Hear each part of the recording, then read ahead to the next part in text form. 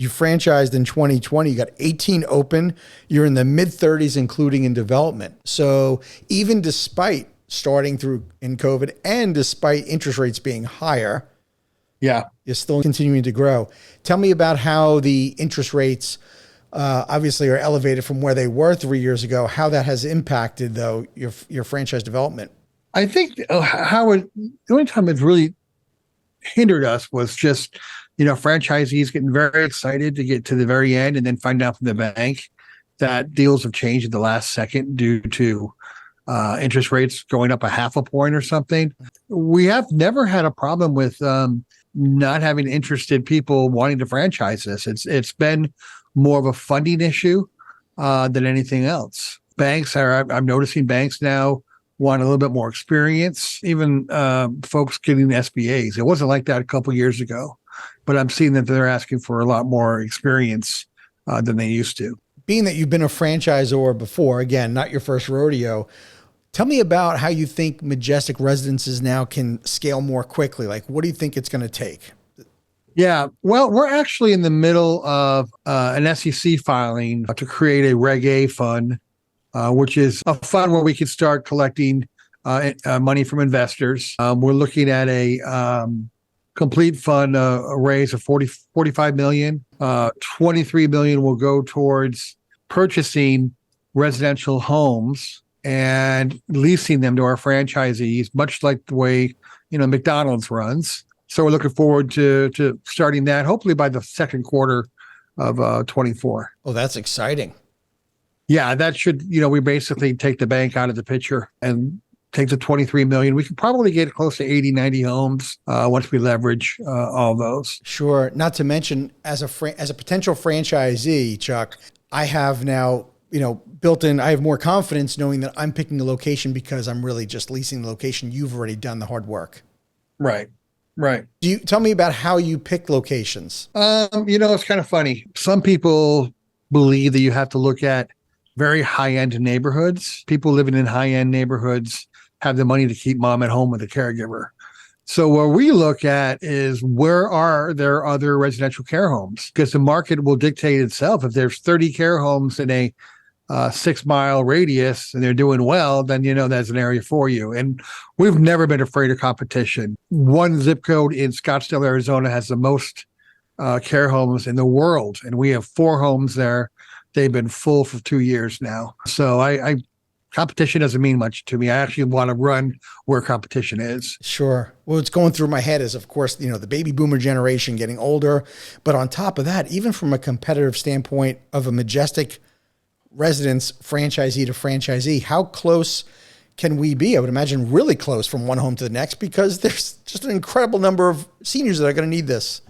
Absolutely. We look at each state's regulations. For example, I mentioned Scottsdale again. In Scottsdale, you can't have another home within 1,200 feet of you. So we double that for our franchise system. Now, our franchisees can market anywhere they want to, but we can't have another franchisee within 2 times the state reg from you. But you're right.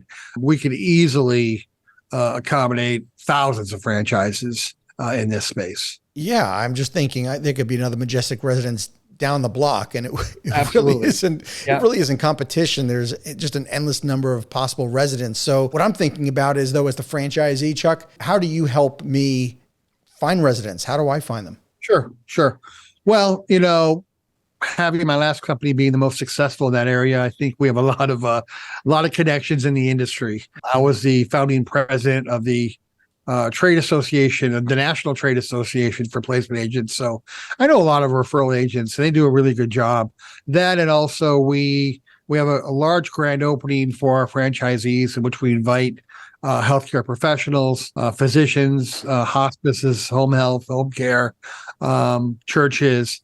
We usually have a very big grand opening for our franchisees to start. Then we teach them how to market also on top of that. Okay. And what's a trait of a franchisee? Someone who's caring, but we want people who've run businesses before, who can understand that although this is semi-passive, they still need to take responsibility for everything that happens in the home.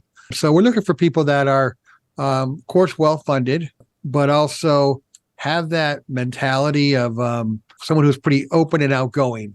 So when they walk into their home and they see their residence, the place lights up. So as the franchisee though, as I recall, you mentioned, I have this, is it a director? Is that the person at the title? Manager, administrator. I would think though that as a franchisee, I would want to own multiple residences because the manager director can handle more than one home. It's right. Usually by state regs, they can handle usually 3. okay. So now you've got one manager managing 3 of them. You're not paying him or her 3 times more. Right. But yeah, the possibility to scale on this is pretty important. We want our franchisees to have 3, 5, 10 homes. Sure. I'm not going to get into obviously profitability because of, FDD concerns, but do you guys do an item 19 by any chance?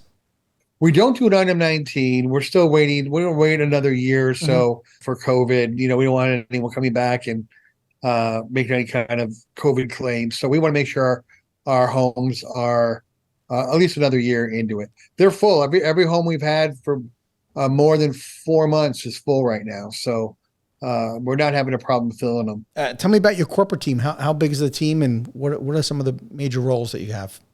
We're still pretty small. We have 4 or 5 on the corporate team. We have an attorney that we use who's in-house with us, and our director of compliance and sales. And Tony Zarelli is our director of operations. He's owned homes for about 30 years now. So we have a real big push on our team for experience, but yet innovation and young and new. Great. What about training? What does that look like? Sure. Our training, a lot of video training. Prior to our actual training is 3 days here in the Phoenix area, and then 2 days at your home once you're ready to open it up. And then it's ongoing, of course, throughout the time with us. What about the training for my manager that I'm hiring that I've never hired before? The good thing is managers are all trained and licensed through the state. So there's courses that they have to take in their state to be a licensed manager. So a lot of the training is done through the state itself or through companies that work contract with the state. What about the investment range for the franchise opportunity separate from the real estate? Separate from the real estate, about $120,000 or so. Okay. Well, obviously every area is different, but is there a sweet spot of a price of home that you look for? Yeah, we've seen them anywhere from 400,000 to $1 million. So it does range in between areas. What about, again, this is not your first rodeo in franchising, what's been your biggest surprise so far in franchising? Good question. Never been asked that one before. It's been 15 years. My biggest surprise. You know what? I think the biggest surprise is that that area of time, that period of time between the franchisee leaving training and, going back to bad habits, thinking I already know how to do this. You know what I mean? So, gosh, that's a tough question because I think I've had a lot of very successful franchisees. Sure. Right. So I think the biggest surprise, I guess, would be when someone gets awarded a franchise, they come to training, they get all ready to go, and then for some reason they just don't want to follow your system. Well, we've talked about this before on other episodes too. So it is what you've gone through though is totally not unique because, well, first off, we know that every franchisee goes through that honeymoon phase, right? They're super excited, and then they leave training. They are still excited when they leave training, like they're on cloud 9, and then all of a sudden it's like go time, and they start heading into we lovingly call the grind, right? Everybody has to go through the grind. It's just on how long will they make their grind? Are they going to get right to it? Are they going to treat it like it's, like, oh, it's done now that I own this franchise? And you and I both know the work has just begun as soon as we get a franchise. Yeah. And it's amazing once a franchisee says, okay, that's it. I'm following the system no matter what. Right. If that's from day 1 or day 100, it's amazing to see how quickly they succeed after that. I had a franchisee, my last system anything new, he would push and kick and fight. And this isn't going to work. It's never going to work. And he'd be very vocal about it. And then he'd try it a couple months later.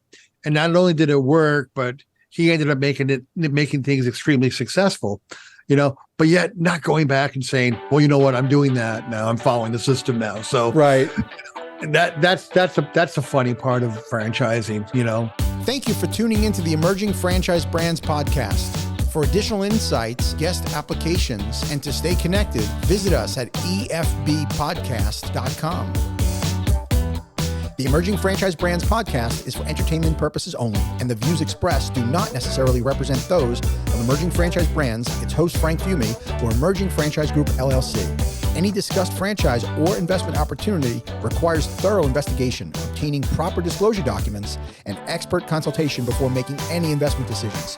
The podcast and its host do not offer professional advice or endorsements, and they hold no responsibility for actions, representations, accuracy, or consequential damages related to the podcast content.